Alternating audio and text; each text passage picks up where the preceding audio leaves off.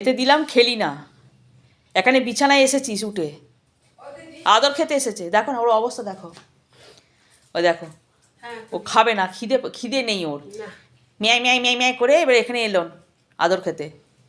দেখো আমি তো এটাতে অবাক আছি, এ কত চেনেছে যে আমার গিয়ে চেয়ে রেখেছে এরকম, এই ঠিক এরকম বসে আছে আর আমাকে তাকাচ্ছে। এই কিরে খাবি না, দেখছো? ওই আমি বললাম তো খিদে পাইনি, ও এখন আদর খেতে এসেছে। কার সময় আছে বলো দেখিনি এসব করে, দেখেছো? ওর মায়ের সময় আছে। নে খা, আদর খা। ওদি বলছি পোস্তটা আপনি এখন করে না, পরে তো আপনার দুনিয়ার কাজ আছে। যাচ্ছি। হ্যাঁ আমি বেটে নিচ্ছি, আর একটু টনিক খাইয়ে দেন, তারপর আমি কাজ করবো। হ্যাঁ আসুন। ও মা, যা এখনই যা, চলে যা, যা।